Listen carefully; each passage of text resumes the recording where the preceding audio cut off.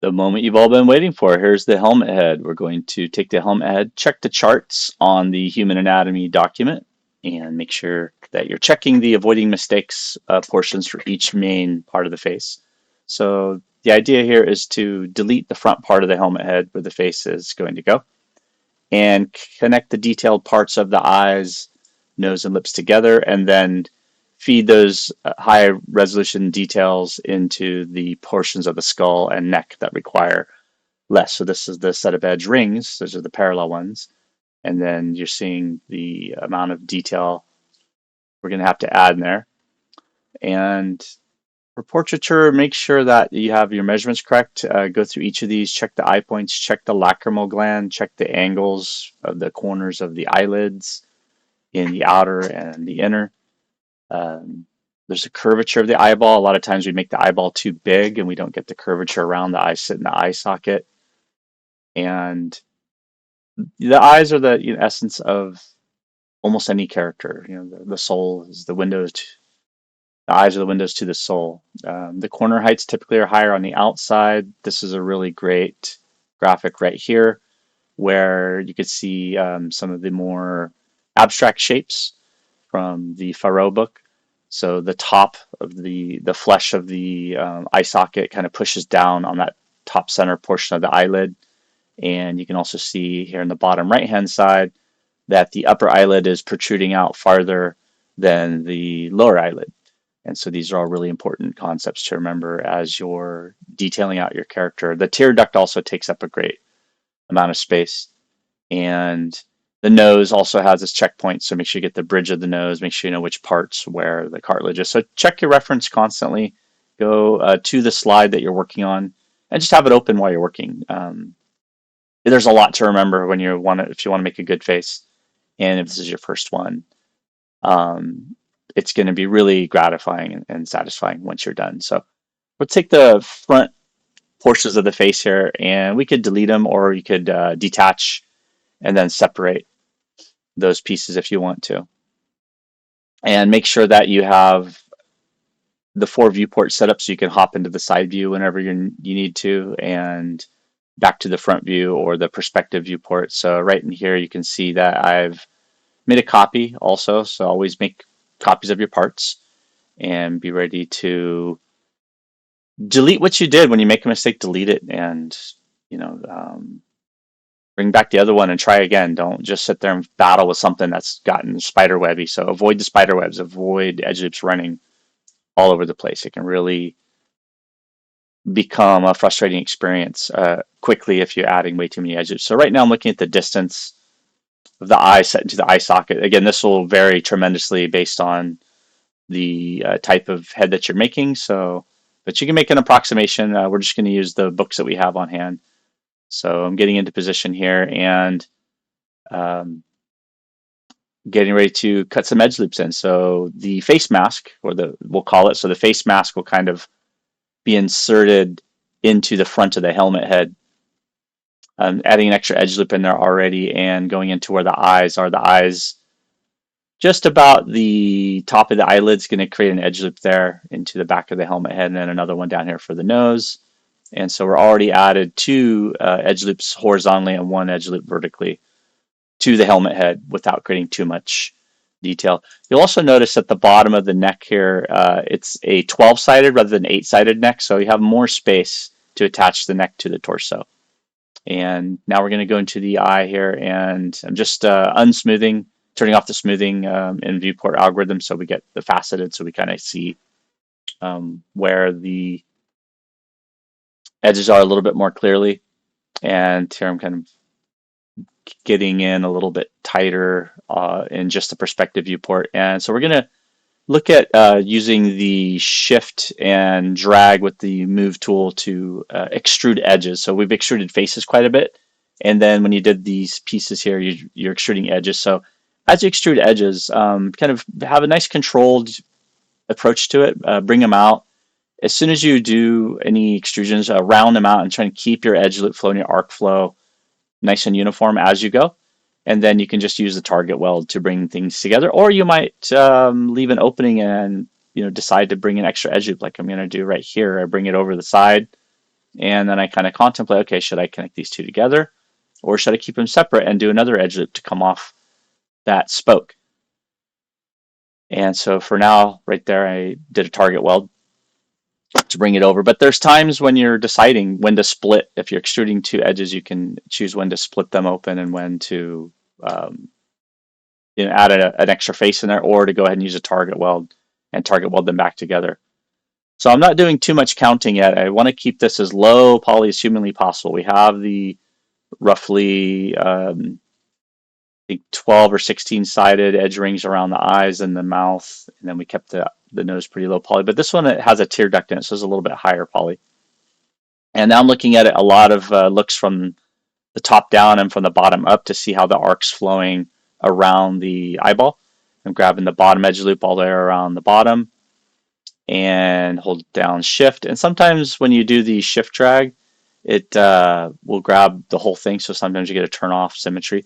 And I think there's been a lot of discussion in class about deleting one half and then doing doing duplicate special again. So really get comfortable with that. There's a lot of pushback. Like you think it's a big waste of time. It literally takes seconds to do, and you need to do it constantly. So don't battle so much in just working on one half the model and deleting one half and then mirroring it back over again, because it's actually a giant waste of time to not do that, to battle the tools not working properly with symmetry turned on. There's going to be a lot of errors and a lot of glitches in the tools. The symmetry tool is awesome. It's amazing, but in any application, it doesn't work well. Here's an example of extruding out a face. Again, taking the corner around the outside and then using the target weld to bring those around. So I'm trying to get a good fan. So you want a good arc and fan that goes around the sides, and then we're going to redistribute the edge loop flow around the back corner of the eye as well as in the inner corner of the eye as it comes towards the nose and down the bridge of the nose and then down the cheek. So just rounding these out, making nice round arcs, not worried too much about anatomy. I'm still just looking at the edge loop flow for the majority of these pieces. And I just had a little glitch there, so I had to hop back to the space. So I sped it up a little bit, so now I'm going at about 150%. So that way you can pause, or you could slow down or speed up the video as you wish. And same thing, so extruding out some faces and then target welding the unattached edges and analyzing how the curve's going to go from every angle, from the top down, from the bottom up, from the side view. Constantly really try your best not to look at it just from the front view or just from the side view. You really want to rotate around bottom up and check your arc flow from every angle. If you can remember that, if you can remember to look at every edge loop and make sure the arc is the arch flow, the arcs are flowing in a nice kind of smooth undulating movement, you have organic modeling. You've leveled up in your organic modeling knowledge. You just got to remember to do that, and it's pretty obvious. If you have peaks and valleys, you have little blips. So right now I'm grabbing the entire edge loop all the way, that rings all the way around the eye socket, and debating if I'm going to just do a shift and scale that out. And I decided, no, let's pause for a minute. We got a nice group of edge loops around the eye socket. So now we're just going to pull up the brow from the nose. And you can see, while I'm doing this, that, there's a bone. There's my other windows that are open. There's a bone ridge that comes out the front. It's softer on the feminine form and more pronounced, bonier on the more masculine form. So you can decide how you want to split the difference there. But you can see we're going from the higher density region of the nose bridge to less detail up in the forehead, right? So you have much more detail around the bridge of the nose than you do up in the middle of your forehead. And then I'm curving that around again from both angles. And whenever the quads get long or sharp like that, that's usually a sign that you want to back it off and maybe think about how to redistribute the edges. But I'm going to go ahead and do a shift drag again, pull that down, and I'm looking at the width of that edge and where its connection point is. Is that edge getting close to the shape I want? And we want to make a mask from the top of the bridge of the nose. We want to make almost like a bandit raccoon mask that goes all the way around from the top of the nose and then bridges over to the side of the eye. So I'm bringing that back. It's a little too sharp. And just relax your quads, relax the edges. When you find yourself pulling and stretching these vertices, back them off a bit and say, hey, can I add a face in here? I'm going to go down and bounce around a little bit to the bottom of the nose, or grab those two edges from each side, which is 4 edges total, pull it down, the shift drag, and then you can see that the space between their bottom of the nose and the top center of the lips, they're almost exactly equal. So that's good. That's what we want. So those would be an easy connection to make.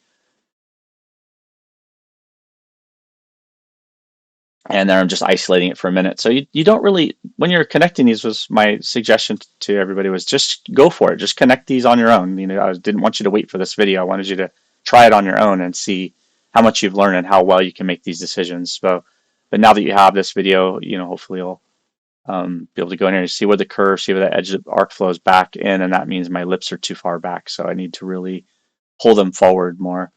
There we go. And I should have grabbed the whole set of lips when I did that, but I did not. So it depends on the mandible. The upper mandible is the part of the skull where the teeth go into the skull and to the bone.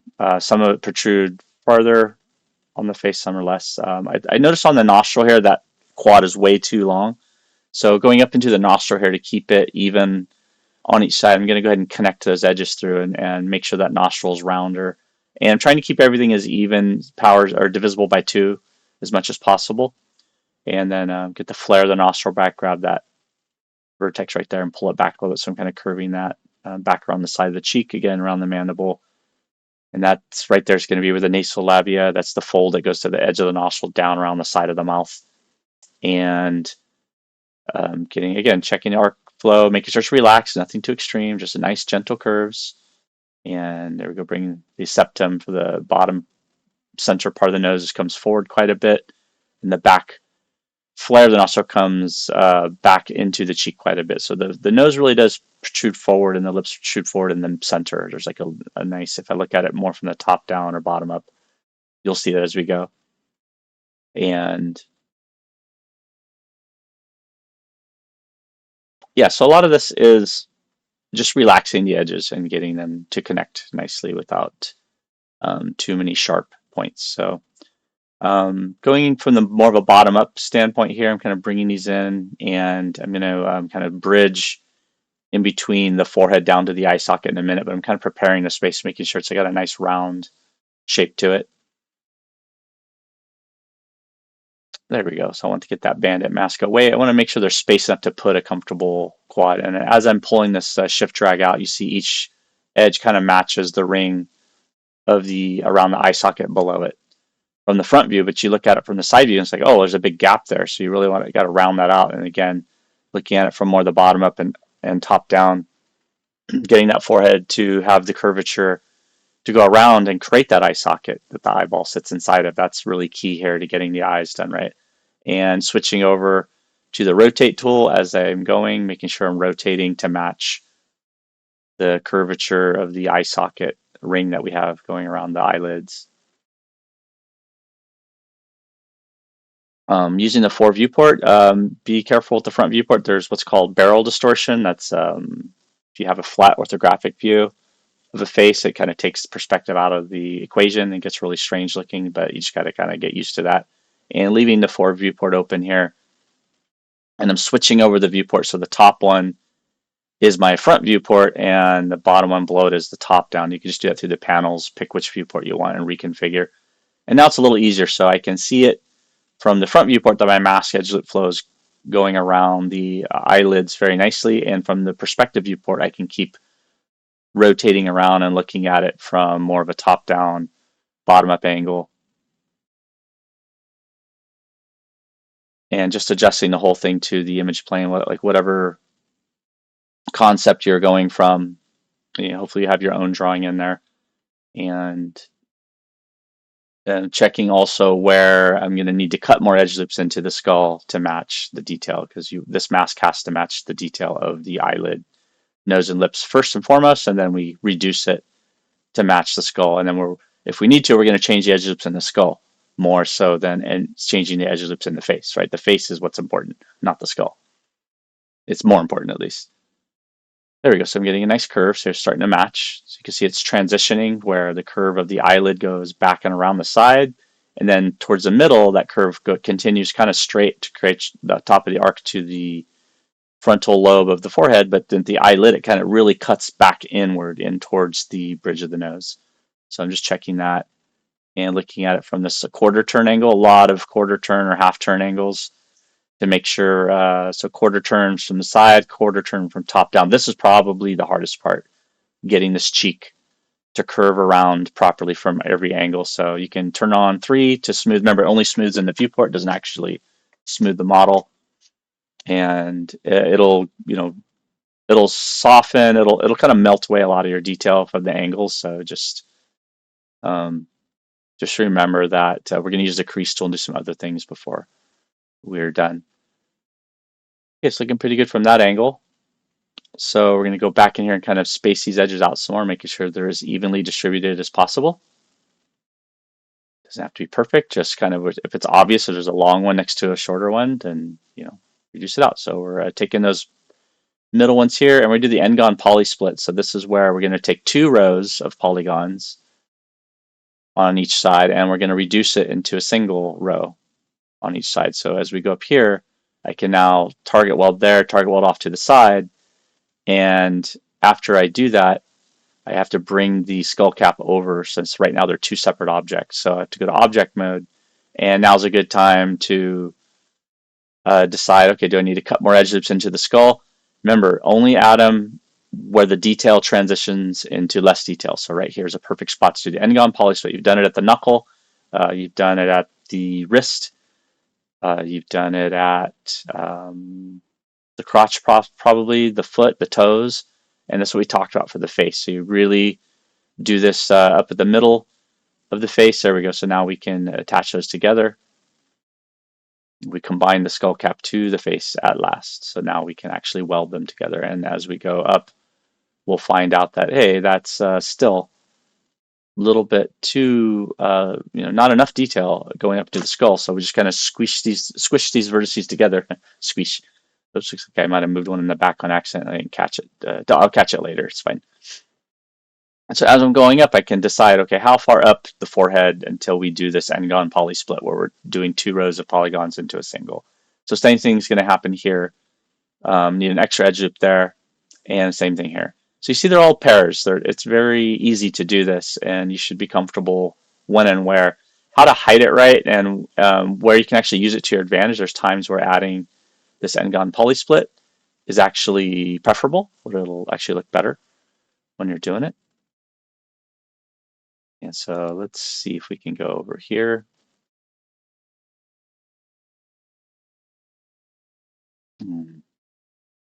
Okay, so it looks like I opted to maybe continue the edge loop higher up into the skull. So that's what I was talking about. Hiding it behind the hairline, I think, is a good idea, because most of your characters will have something on their head, some kind of hair, some kind of skull cap, some sort of helmet or hat or something like that. So going up a row gives us a little bit more space. Again, shift drag on the edge, go to vertex mode, target weld, and connect.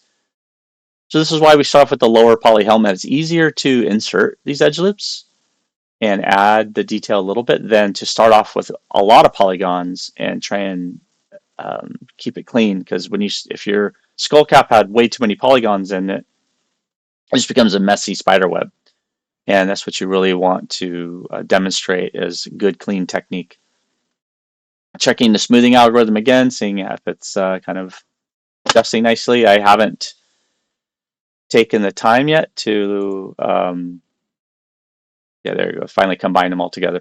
I haven't taken the time yet to clean it, so you can see my inputs. There's a lot of stuff there. I should probably go up and clean it and just make sure everything's welded together real quick, and then using the smooth algorithm in the viewport to see how it's kind of adjusting. It's really holding the shape well so far, and that's because we have good edge loop flow. I don't really need that one anymore. So remember, just control backspace, make sure you don't leave any vertices behind. And then right here, I'm just going to kind of adjust the space, trying to get a nice long smooth arc as I'm going. There we go. So if I've attached added pieces in, make sure there isn't any straight lines. Any golden rule between any 3 vertices, there must be an arc. There cannot be a straight line between 3 vertex points on an organic form. That is the golden rule. Going back above the brow of the eye,